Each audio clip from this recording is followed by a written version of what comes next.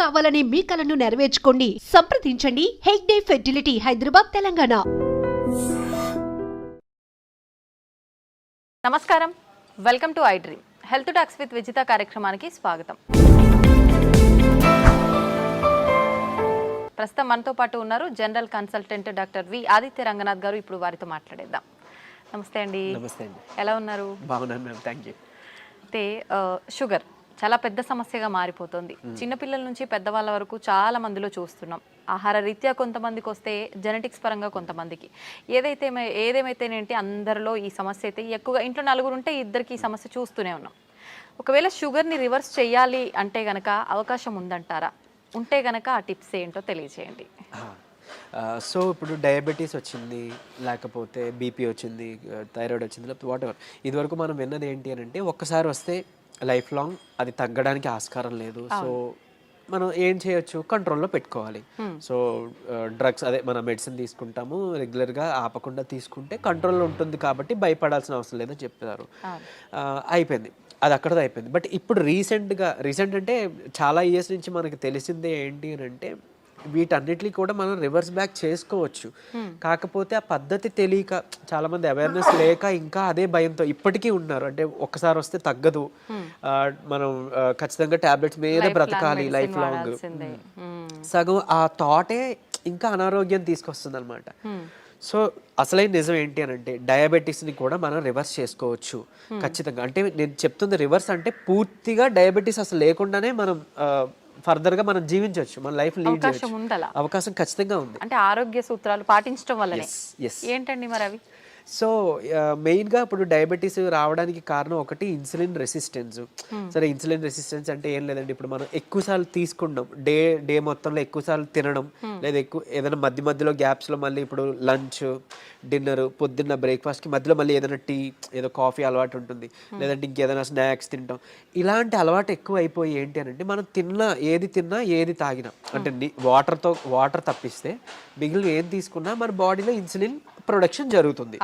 So type 2 diabetes అంటాం ఏంటి, insulin production ఉంటుంది మన బాడీలో, జనరేట్ అవుతుంది, కానీ ఆ కణాలు సరిగ్గా ఇన్సులిన్ని యూజ్ చేసుకోలేకపోతున్నాయి. దాన్ని టైప్ 2 డయాబెటీస్ కింద పరిగణిస్తున్నారు. ఒకవేళ ఇన్సులిన్ ప్రొడక్షనే లేదు బాడీలో, మన ప్యాంక్రియాస్ సరిగ్గా పనిచేయట్లేదు, అందులో ఐలెట్స్ ఆఫ్ లాంగర్హాన్స్ అని ఒక కణాలు ఉంటాయి, దాని నుంచే మనకి ఇన్సులిన్ వస్తుంది. సో ఇన్సులిన్ సరిగ్గా ప్రొడక్షన్ లేదు అని అంటే అది టైప్ 1 కింద మనం పరిగణిస్తున్నాం.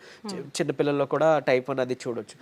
సో ఇప్పుడు ఇన్సులిన్ ప్రొడక్షన్ జరిగి మనం తిన్న ప్రతిసారి మన గ్లూకోజ్ లెవెల్స్ ఏదైతే ఉందో అది మేనేజ్ చేయడానికి ఇన్సులిన్ ప్రొడక్షన్ జరిగి, అంటే స్పైక్ అయ్యి అది కంట్రోల్ తీసుకొచ్చి మళ్ళీ అది ఇన్సులిన్ తగ్గి ఆ స్పైక్ తగ్గి మళ్ళీ మనం తింటున్నాం, మళ్ళీ పెరుగుతుంది కదా. ఇలా అస్తమానం పెరిగి తగ్గడం వల్ల మన బాడీ అలవాటు పడిపోతుంది ఆ ఇన్సులిన్, సెట్ అయిన ఇన్సులిన్ లెవెల్కి. సో ఇన్సులిన్ రెసిస్టెన్స్ వచ్చేస్తే ఏమవుద్ది, ఇదే గ్లూకోజ్ని, అంటే రోజువారీ తినే సేమ్ అదే మోతాదు ఒక గ్లూకోజ్ని మనకి ఇప్పుడు మెటబలైజ్ చేయాలి అని అంటే ఇన్సులిన్ ఈ మోతాదుకి మించి ఇంకా ఎక్స్ట్రా ప్రొడక్షన్ జరగాల్సి వస్తుంటుంది అనమాట. అంటే ఈ లెవెల్కి అది కంట్రోల్కి రావట్లేదు, దాన్నే ఇన్సులిన్ రెసిస్టెన్స్ అంటున్నాం. సో మనం చేయాల్సిన పని ఏంటి అంటే ఇన్సులిన్ రెసిస్టెంట్ తగ్గించి ఇన్సులిన్ సెన్సిటివిటీ మనం పెంచుకోవాలి ఒకటి. తర్వాత ఆహారంలో చిన్న మార్పులే, అంటే ఇప్పుడు డయాబెటీస్ మనం ఇది చేయాలి అని అంటే సరే ఏముంది రైస్ మానేయండి అని చెప్తారు, అంతే కదా, మాకు చాలా ఇబ్బంది, మేము చేయలేము అని అంటారు. అలా ఏం కాదు, కొన్ని పద్ధతులు ఉన్నాయి, నేను చెప్తాను ఇప్పుడు ఖచ్చితంగా. అది పాటిస్తే ఏకంగా డయాబెటీస్ చక్కగా కంట్రోలే కాకుండా రాబోయే రోజులు, అంటే మీకు ఫస్ట్ 3 months 4 months కంట్రోల్ తెచ్చుకుంటారు. ఆ పైనుంచి మనకి టార్గెట్ ఏంటి అని అంటే మనం వాడుతున్న మెడిసిన్ నెమ్మదిగా డోస్ తగ్గించుకోగలగాలి. అంటే తగ్గించగలగాలంటే ఆటోమేటిక్గా మనకి లెవెల్స్ తగ్గితే యాజ్ ఏ మీ డాక్టర్ కానీ మేము కానీ తగ్గించగలుగుతాం కదా. తగ్గించిన తర్వాత దీన్ని పూర్తిగా రివర్స్ బ్యాక్ చేసుకొని నార్మల్ లైఫ్, అంటే ఆ ఫుడ్ని తీసుకుంటూ చక్కగా మనం ఎలాంటి ట్రీట్మెంట్, అంటే ఈ డ్రగ్స్ తీసుకోకుండా ఉండడం. మళ్ళీ అది తగ్గిపోయిన తర్వాత మళ్ళీ పంచదార తినేస్తాం, మైదా పిండి తినేస్తాం, గోధుమ పిండి తినేస్తాం, లేకపోతే ప్రాసెస్డ్ ఫుడ్ తినేస్తాం. అంటే అసలు అదే మెయిన్ ప్రాబ్లం. అంటే high saturated fats, high carbohydrates ఉండడం వల్లనే మనకు వస్తుంది. ఇది వరకు వాళ్ళకి, అంటే మన పెద్దలకి అప్పట్లో ఎందుకు రాలేదంటే వాళ్ళు ఇవేం తీసుకోలేదు కాబట్టి వాళ్ళకి రాలేదు. సో మనం అది ఫుడ్డే ఇది ఫుడ్డే కదా, ఏదో నార్మల్ లైఫ్, అంటే తగ్గిన తర్వాత మళ్ళీ తినేయచ్చు అన్న వాళ్ళకి ఇది ఆన్సర్ చెప్తున్నా. సో అది కాదు, నార్మల్గా మీరు రైస్ తీసుకోవచ్చు, రైస్ పూర్తిగా మానే అవసరం లేదు, కాకపోతే రైస్తో పాటు కొన్ని తీసుకోవాల్సి ఉన్నాయి. సో చూడండి సింపుల్ టెక్నిక్, హై కార్బోహైడ్రేట్స్ తీసుకోకూడదు, హై కాంప్లెక్స్ కార్బోహైడ్రేట్స్ తీసుకోకూడదు, తర్వాత హై సాచురేటెడ్ ఫ్యాట్స్ తీసుకోకూడదు. సో ఇవి తప్పిస్తే మరి మిగిలిన ఆప్షన్ ఏంటి? కొంతమంది ఇక్కడ ఏం చేస్తారంటే కార్బోహైడ్రేట్స్ తీసుకోకూడదు అన్నారు కాబట్టి పూర్తిగా కార్బోహైడ్రేట్స్ని తగ్గించేస్తున్నారు, అంటే నో కార్బోహైడ్రేట్ ఫుడ్ అంటారు, అలా వెళ్ళిపోతున్నారు, కీటో డైట్స్ అని. అలా వద్దు. అలా అయితే ఏమవుతుందంటే మనకి ఇన్ని సంవత్సరాలు లేదా ఇన్ని జనరేషన్స్గా మనకి బాడీకి కార్బోహైడ్రేట్స్ అలవాటు, సో దాని డైజెషన్ అలవాటు. సో అక్కడి నుంచి మళ్ళీ అది బ్రేక్ డౌన్ అయ్యి గ్లూకోజ్ కింద మనకి కన్వర్ట్ అవుతుంది, మనకి శక్తిని ఇస్తుంది, బాగుంది. మీరు తినడం మానేస్తే ఒకటి మీకు కూడా బాడీకి అది కొత్తది ఏంటంటే కార్బోహైడ్రేట్స్ అసలు అది డైజెషన్ చేసే ఒక పద్ధతే మర్చిపోద్ది మన బాడీ. సో రేపు పొద్దున్న నార్మల్ సింపుల్గా కార్బోహైడ్రేట్స్ తీసుకున్నా దానికి చాలా కష్టపడాల్సి వస్తుంది. అండ్ ఈవెన్ ఒకవేళ జెనెటికల్గా నెక్స్ట్ జనరేషన్స్ పాస్ అయిన అయింది అనుకోండి, అది ఇంకా ఇబ్బందిగా, అంటే నార్మల్ అన్నమే మనం అరాయించుకోలేకపోవచ్చు, లేకపోతే నార్మల్ సమోసానే ఎంజాయ్ చేయలేకపోవచ్చు మనం. సో అట్లా. సో సరే ఓకే, హై కార్బ్స్ అంటే తెలుసు, ఈ రైస్ నార్మల్గా అవి తీసుకునేవి, ఈ రైసు తర్వాత ఈ మైదా గోధుమ పిండి ఇవన్నీ తినమని చెప్తుంటారు, అంటే రైస్ని తగ్గించి మైదా గోధుమ పిండి తినమని అంటారు కదా. సో అది కూడా రిఫైన్డ్ తీసుకుంటే, పంచదార లేకపోతే గోధుమ పిండి ఇవన్నీ రిఫైన్డ్ ఫ్లోర్ బయట కొని తెచ్చుకుంటే అది కూడా మళ్ళీ మనకు ప్రాబ్లమే. సో మనం మిల్లులో వెళ్ళి ఆడించుకుందాం, అంటే డైరెక్ట్గా వెళ్ళి మనం గోధుమలు అలాగా గోధుమలు, దానికి జొన్నలు యాడ్ చేయొచ్చు, రాగులు యాడ్ చేయొచ్చు, సోళ్ళు అంటాం కదా, సో అలా రాగి మాల్ట్లో తీసుకునే రాగులు అవన్నీ యాడ్ చేసి దాంతో మనం రొట్టిలానో లేకపోతే మిల్లెట్స్ ఏమైనా దానికి యాడ్ చేసి, కినోవా అని ఇప్పుడు వస్తుంది, సరే అంత అఫోర్డ్ చేయలేదు అన్న వాళ్ళకి పోనీ మనకి ఏమంటారు సామెలు, అరికిలు, గంటలు అలాంటివన్నీ తక్కువ రేట్కే వస్తుంటాయి కదా, అలాంటివి ఇంక్లూడ్ చేసుకోవచ్చు. పూర్తిగా రైస్ మానేమని నేను చెప్పట్లేదు, రైస్తో పాటు ఇది తీసుకోండి. సరే ఇదంతా కాదులేండి, ఓన్లీ రైస్ నాకు కర్రీ మాత్రమే అలవాటు ఉంది, పోనీ ఇంకేదైనా సింపుల్గా చెప్పండి అని అంటే ఉంది ఒక పద్ధతి. మనకి ఇప్పుడు ఇన్సులిన్ రెసిస్టెన్స్ అని మాట్లాడుకున్నామే, HbA1c మీ అందరికీ తెలుసు, 3 నెలల యావరేజ్ తీస్తే మనకి ఎంత ఉంది అనే దాని మీద మన డయాబెటీస్ ఉందా లేదా, కంట్రోల్లో ఉందా లేదా అని తెలుస్తుంది. సో దాన్ని మనం కంట్రోల్ పెట్టడానికే కదా ఇప్పుడు అన్ని చెప్తున్నాం, మన ఇన్సులిన్ వాడాలన్నా లేకపోతే ఈ మెట్ఫార్మిన్ మన డయాబెటీస్ డ్రగ్స్ వాడాలంటే కూడా మనకు అలానే దేవుడు కూడా ఇచ్చిన ఆహారంలో ఈ పని చేసే ఉన్నాయి. ఏంటి అని అంటే ఒకటి కీరా దోసకాయలు, తర్వాత పంకిన్ సీడ్స్ గుమ్మడి గింజలు, తర్వాత పాలకూర. వీటిలో ఏంటంటే పాలకూరలో తర్వాత పంకిన్ సీడ్స్లో వైటమిన్ ఈ ఉంటుంది, అది మీ HbA1cని చక్కగా కంట్రోల్ తీసుకొస్తుంది. అండ్ ఇప్పుడు చెప్పిన ఆహార పదార్థాల్లో మీకు ఇన్సులిన్ రెసిస్టెన్స్ని తగ్గించి సెన్సిటివిటీని పెంచే ఉంటాయి. సో ఇప్పుడు సరే కొంత లిస్ట్ చెప్తాను చూడండి. మష్రూమ్స్ బాగా అదే మన ఉడకబెట్టిన గుడ్లు ఫుల్గా విత్ సొనతో పాటు తీసుకోవాలి, అది కొలెస్ట్రాల్ కాదు, మంచి కొలెస్ట్రాల్ తీసుకోండి. సో తర్వాత నెయ్యి, తర్వాత మన కీరా దోసకాయలు, తర్వాత ఓట్స్, గ్రీన్ పీస్ అదే మన పచ్చి బఠానీలు, తర్వాత రాజ్మా, కిడ్నీ బీన్స్ అంటాం రాజ్మా, అలానే మిగిలిన బీన్స్ కూడా చక్కగా మిగిలిన రకాల బీన్స్, చిక్కుళ్ళు బీన్స్ ఇట్లాంటివన్నీ తీసుకుంటే కనుక ఇవన్నీ కూడా మీ ఇన్సులిన్ రెసిస్టెన్స్ని తగ్గించినవే. సో మీ ఇష్టం, గుడ్లు పోనీ ఆమ్లెట్ రూపంలో తీసుకోండి, నిద్రకి పనికి వస్తుంది ఆమ్లెట్, ప్లస్ దీనికి కూడా హెల్ప్ అవుతుంది. సో ఈ ఫుడ్ని మీరు కంపల్సరీగా క్యాబేజీ, కాలీఫ్లవరు, సో బ్రాకోలీ కానీ ఇలాంటి ఇవన్నీ కూడా మీ ఫుడ్ డైలీ ఫుడ్లో ఏదో ఒక రూపంలో ఇంక్లూడ్ చేసుకోండి. ఏదో ఒక్క పదార్థమైనా అట్లీస్ట్ కర్రీ, మనం అది వదిలేసి మిగిలినవేమో తీసుకున్నామంటే మళ్ళీ కంట్రోల్కి రాదు, మీ అందరికీ తెలిసిందే.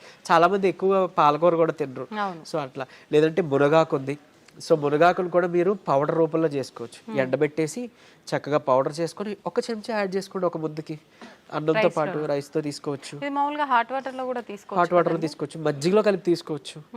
ఇది ఒక మనిషికి డైలీ లిమిట్ ఒక చెంచా. సో అట్లా అని ఇప్పుడు ఏం చేస్తారంటే కొంతమంది ఏదైనా రసం, చారు దాంట్లో కలిపేస్తారు, బట్ అది కలిపేస్తే అంటే ఇంట్లో 3 members 4 members ఉంటే అందులో ఎవరికి ఎంత వెళ్ళేది తెలియదు కదా. సో డైరెక్ట్గా మీరు కలుపుకోవడం బెటర్, ఏదర్ వాటర్లోనో మజ్జిగలోనో లేదా మీ అన్నం గిన్నెలోనో. ఇంకోటి అన్నము, ఇప్పుడు అలానే అదే అన్నము కూర తినే ముందుగా 1 కప్పు కీరా దోసకాయ తీసుకోండి, లేదా బీన్స్, మొలకలు తీసుకోండి చక్కగా, ఇవన్నీ మీకు హెల్ప్ అవుతుంది. లేదంటే మన దాలిమ్మ గింజలు 1 కప్ పెట్టుకోవచ్చు, పెట్టి ముందు అది తిని తర్వాత అన్నము కూర మనం తీసుకుందాం. అలానే అన్నం తినే ముందు, టిఫిన్ తినే ముందు, నైట్ డిన్నర్ చేసే ముందు ఏం చేయొచ్చు అనంటే కొంచెం పెప్పర్ అంటే మన మిరియాల పొడి 1 చిటికెడు తీసుకొని నిమ్మరసం యాడ్ చేసి కొంచెం గోరువెచ్చని నీటిలో ఒక కప్పు లేదా 1 గ్లాసు గోరువెచ్చని నీటిలో కలిపి తాగేసేయండి. ఎందుకు అనంటే ఇప్పుడు ఈ పెప్పర్లో ఉండే పైపరిన్ అనేది మన ఏమంటారు యాక్టివ్ ఇంగ్రీడియంట్, మెడిసినల్ వాల్యూ ఉండే ఇంగ్రీడియంట్. ఇది మన లివర్లో, ప్యాంక్రియాస్లో అదే ఎక్కడి నుంచి అయితే ఇన్సులిన్ వస్తుందో అందులో అక్కడ డైజెషన్ ఎంజైమ్స్ని వాటిని కూడా మంచిగా ఇది ఏమంటారు మెటబాలైజ్ చేస్తుంది. కరెక్ట్గా మెటబాలిజం బాగా జరిగి ఎంజైమ్స్ అన్ని మంచిగా ఫంక్షన్ అయ్యేలా చేస్తుంది. సో తర్వాత ఇంకొకటి మోర్ ఓవర్ ఈ ఏవైతే కాంప్లెక్స్ కార్బోహైడ్రేట్స్ మన హై కార్బ్స్ అన్నాం కదా దాన్ని బాగా కరెక్ట్గా డైజెషన్ జరిగేలాగా మెటబాలైజ్ అయ్యేలాగా ఇది హెల్ప్ చేస్తుంది. అండ్ ఈవెన్ మన పోషకాలు ఏవైతే ఉన్నాయో ఆకుకూరలోనో లేకపోతే మనం తీసుకునే ఫుడ్లోనో అవి మనం వంట పట్టడం అంటాం కదా, మన అబ్జార్ప్షన్ అవి అబ్జార్బ్ చేయడానికి ఈ పైపర్ ఈ పెప్పర్ మన మిరియాలు పొడి చాలా బాగా హెల్ప్ చేస్తుంది. సో ఈ రూపంలో తీసుకున్నారనుకోండి మీరు తిన్న తర్వాత పెరిగే షుగర్ లెవెల్స్ కంట్రోల్కి వస్తాయి. అండ్ ఈవెన్ మనకి లోపల ఫంక్షనింగ్ బాగా మెరుగుపడుతుంది. ఇకపోతే డయాబెటీస్ రివర్సల్ గురించి వద్దాం. సో నేను ఇప్పుడు చెప్పింది 3 to 4 months చేస్తే ఖచ్చితంగా మీ షుగర్ లెవెల్స్లో చాలా వరకు మీకు తగ్గడం మీరే గమనించుకుంటారు. మీరు ఇంత అద్భుతంగా పనిచేస్తుందా అని అంటారు. ఎందుకనంటే చాలా మందికి ఒకటి ఉండిపోయింది సైకలాజికల్గా, అంటే drugs like what ever medicine మాత్రమే మెడిసిన్, ఫుడ్ అంటే జస్ట్ ఆహారం మాత్రమే. అసలు కాదు. మీకు గుర్తుంటుంటే ఎప్పుడైనా మీ నాన్నమ్మలు అమ్మమ్మలు మీకు ఎప్పుడైనా పొట్టనొప్పి వచ్చింది అని అంటే ఏదైనా వాము కొంచెం సాల్ట్ కలిపిస్తే వెంటనే తగ్గడం మనం గమనించి ఉంటాం. లేదంటే మెంతులు మింగేసి తాగేయండి వాటర్ అంటాం. అవన్నీ ఎందుకు పనిచేస్తున్నాయి? ఇప్పుడు యాంటాసిడ్స్ ఏవో వెళ్ళి పరగడుపున మాత్రం మనం పైకి వెళ్ళి తెచ్చుకొని వేసుకుంటున్నాం. అవేం అవసరం లేకుండా వాళ్ళు బతికారు కదా. ఎలా బతికారు? ఇలానే. ఇవన్నీ ఫుడ్డే మెడిసిన్. ఎగ్జాక్ట్లీ. మనకి ఏదైనా అనారోగ్యం వస్తుంటే మెడికల్ షాప్ కి మనం బయటకు వెళ్ళొద్దు, మన కిచెన్ లోకి వెళ్ళాలన్నమాట. యాక్చువల్గా పోపుల డబ్బాలే మనకి డ్రగ్ ఇది అన్నట్లు, స్టోర్ అన్నట్టు. సో ఖచ్చితంగా ఇది వర్క్ అవుతుంది. అండ్ మోర్ ఓవర్ అంటే ఇప్పుడు మన బెర్రీస్ నుంచి ప్లాంట్స్ నుంచి ఎక్స్ట్రాక్ట్ చేసిన బెర్బరిన్ అనేది ఒక సప్లిమెంట్ ఉంటుంది ఆబ్వియస్లీ. సరే అది అందరూ వాడాల్సిన అవసరం లేదు కానీ ఒక బూస్టప్ కింద పనికి వస్తుంది. అంటే ఎలా అయితే మనకి డయాబెటీస్ని మనకి తగ్గించడానికి మెట్ఫార్మిన్ అనే ఒక మెడిసిన్ తీసుకుంటున్నామో సేమ్ ఇది కూడా అదే పనిచేస్తుంది. కానీ బట్ మెట్ఫార్మిన్తో వచ్చే వైటమిన్ B12 డెఫిషియన్సీ ఇందులో లేదు, ఈ బెర్బరిన్లో లేదు. సరే ఓకే, అవైలబుల్ ఉన్న వాళ్ళు వాడుకుంటారు, అందరూ ఇది వాడాలని రూల్ లేదు. కానీ బట్ ఈ సింపుల్ టిప్స్ పాటించండి, ఇది ఒకటి. తర్వాత ఖచ్చితంగా ఒక 5 minutes వాకింగ్ ఉంటే చాలు. 5 minutes వాకింగ్ అంటే తిన్న తర్వాత ఒక 10 నిమిషాలు అలా 5 minutes వాకింగ్ చేస్తే చాలు. మీ ఆఫీస్ ఏరియా, మీ బెడ్రూమ్, మీ హాల్ ఎక్కడైనా ఆయాసం రావాలి, చెమటలు పట్టాలి, ఇట్లానే వాకింగ్ చేస్తేనే మనకి వర్కౌట్ అయినట్టు అని అస్సలు కాదు. బాడీ మూమెంట్ ఉండాలి. సో అది చేసుకుంటే చాలు, డయాబెటీస్ మనకి తగ్గుతుంది. రివర్స్కి చెప్పుకున్న ఇందాక ఇంగ్రీడియంట్స్ ఉన్నాయి కదా, పంకిన్ సీడ్స్ అవ్వచ్చు, మన HbA1c కంట్రోల్ చేసి ఇన్సులిన్ సెన్సిటివిటీ పెంచేవి, ఇవి మీరు చేసుకుంటే 3 to 4 months ఖచ్చితంగా రివర్స్ అయిపోతుంది. ఇప్పుడు చాలా మంది మనం చూస్తూ ఉంటామండి, జామకాయ ఆకులు, లేత చిగుర్లు అని చెప్పి, లేదు అంటే తిప్పతీగ అని చెప్పి, ఇలాంటి కొన్ని ఆకులతో వేణిల్లో వేసి మరిగించిన వాటర్ తాగుతుంటారు షుగర్ ఉన్న వాళ్ళు. ఇది వర్క్ అవుతుంది అంటారా? యాక్చువల్గా ఇప్పుడు జామాకులు ఉన్నాయి కదా, లేత తీసుకొని ఒక 4 ఆకులు మనం వేడి నీటిలో వేసి మరిగించి కషాయంలా తీసుకొని ఉదయం సాయంత్రం లేదా ఒక పూట అట్లీస్ట్ పరగడుపునైనా కానీ తాగితే కనుక అమోఘంగా ఆ రోజే పెరిగిన షుగర్ లెవెల్స్ తగ్గిపోయాయి.